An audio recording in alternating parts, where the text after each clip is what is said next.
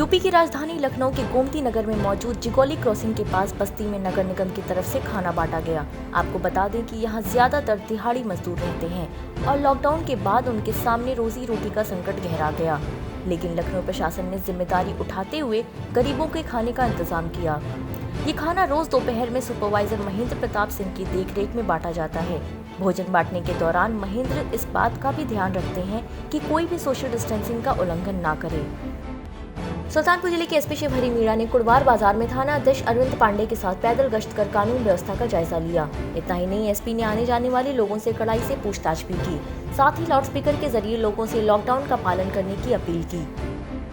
सुल्तानपुर जिले में डीएमसी इंदुमती ने बैंक ऑफ बड़ौदा की मोबाइल कैश वैन को हरी झंडी दिखाकर रवाना किया। मोबाइल कैश वैन के जरिए जरूरतमंद लोग बिना बैंक आए ही पैसे निकाल सकते हैं। ये cash van door to door जाकर गाँव के किसानों और महिलाओं को पैसा उपलब्ध कराएगी। सुल्तानपुर जिले के कटका में मौजूद बिठालपुर में स्टूडेंट्स फेडरेशन ऑफ इंडिया ने 100 मास्क बांटे।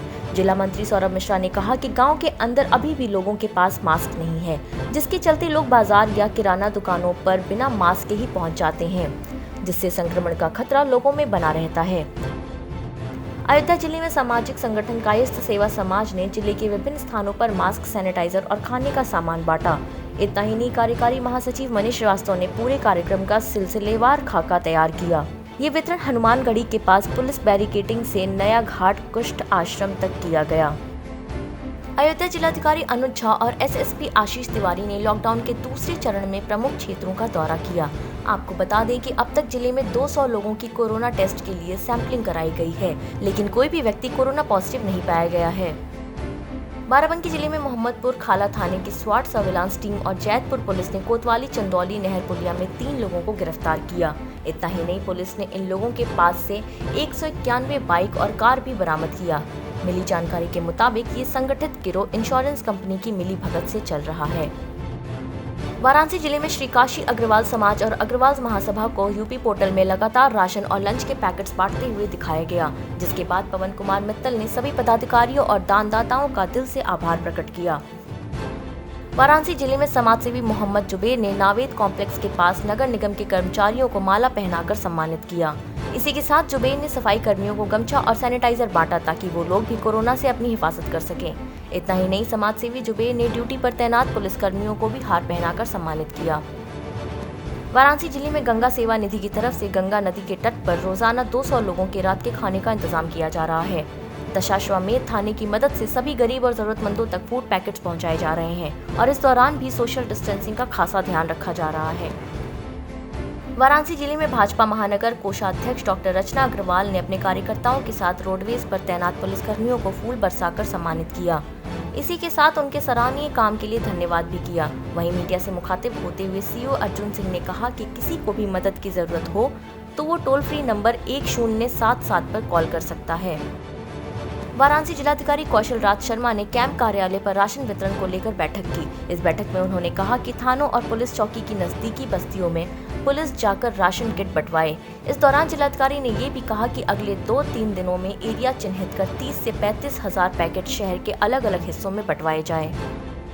रामपुर जिले के थाना स्वार में एसडीएम और सीओ ने अवैध शराब की रोकथाम के लिए कई दुकानों और गोदामों पर छापेमारी की। ये छापेमारी ग्राम पुसवाड़ा, जोधावाला और केशु नंगली समेत कई इलाकों में की गई। इतना ही नहीं, पुलिस प्रशासन ने दुकानदार और गोदाम के मालिकों को कोई भी गैर कानूनी काम न करने की सख्त हिदायत भी दी। रामपुर जिले में एसडीएम और सीओ स्वार ने बैंकों पर आए खाता धारकों को सोशल डिस्टेंसिंग के बारे में समझाया।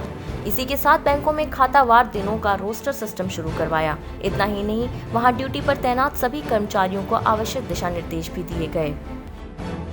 कन्नौज जिले के छिबरामऊ नगर में भाजपा जिला कार्य समिति सदस्य संध्या त्रिपाठी, भाजपा नगर अध्यक्ष उषा उपाध्याय और भाजपा नगर मंत्री सरिता शर्मा अपने घरों में मास्क बना रही हैं और ये मास्क जरूरतमंदों को बिल्कुल मुफ्त दिए जा रहे हैं। मीडिया से बात करते हुए संध्या त्रिपाठी ने कहा कि अब तक हजारों मास्क गरीब और जरूरतमंदों को दिए जा चुके हैं और वो आगे भी ऐसा करती रहेंगी। कन्नौज जिले में छिबरामऊ के विशुनगढ़ थाना क्षेत्र के ग्राम बहादुरपुर में कोरोना के 3 मरीज मिलने से हड़कंप मच गया। आपको बता दें कि सभी एक ही परिवार से हैं और आगरा के पारस हॉस्पिटल से इलाज कराकर लौटे थे। इस घटना के बाद पूरे गांव को सील कर सैनिटाइज किया जा रहा है। वहीं दूसरी ओर थाना ठटिया क्षेत्र के बदलेपुरवा में पहला केस आने के बाद कोरोना पॉजिटिव मरीजों की संख्या जिले में 4 हो गई है। शाहजहांपुर जिले में सभी कोरोना संक्रमित मरीजों की रिपोर्ट नेगेटिव आई है। आपको बता दें कि बीते 2 हफ्तों से एक मस्जिद में थाईलैंड से आए 9 लोग रह रहे थे, जो कि दिल्ली के निजामुद्दीन से जमात में शामिल होकर आए थे। जांच के बाद इनमें से एक शख्स की रिपोर्ट पॉजिटिव आई थी।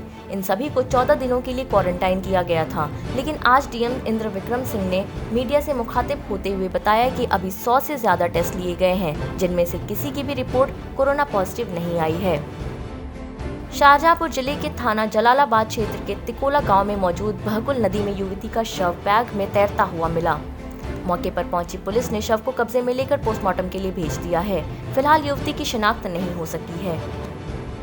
शाहजहांपुर जिले में राष्ट्रीय बजरंग दल के जिला मंत्री डॉक्टर सर्वेश वर्मा ने फूलों की माला पहनाकर सफाई कर्मियों का स्वागत सत्कार किया और उन्हें साबुन भेंट किया गया। इस दौरान जिला अध्यक्ष मनोज भाई कश्यप और राष्ट्रीय बजरंग दल के सभी कार्यकर्ता मौजूद रहे। कार्यक्रम में सफाई इंस्पेक्टर राजीव कुमार और उप सफाई निरीक्षक नईम फरीदी को भी सम्मानित किया गया। मध्य प्रदेश के पंधाना जिले के ब्लॉक में सरकारी गेहूं खरीदारी की शुरुआत की गई। पंधाना पंचायत की सेवा सहकारी सोसाइटी ने समर्थन मूल्य पर 19-25 के हिसाब से खरीद के लिए 6 केंद्र बनाए हैं। इतना ही नहीं, बोरगांव बुजुर्ग उपार्जन केंद्र के किसानों को SMS के जरिए केंद्र पर अपना गेहूं पहुंचाने की सूचना भी दी जा रही है।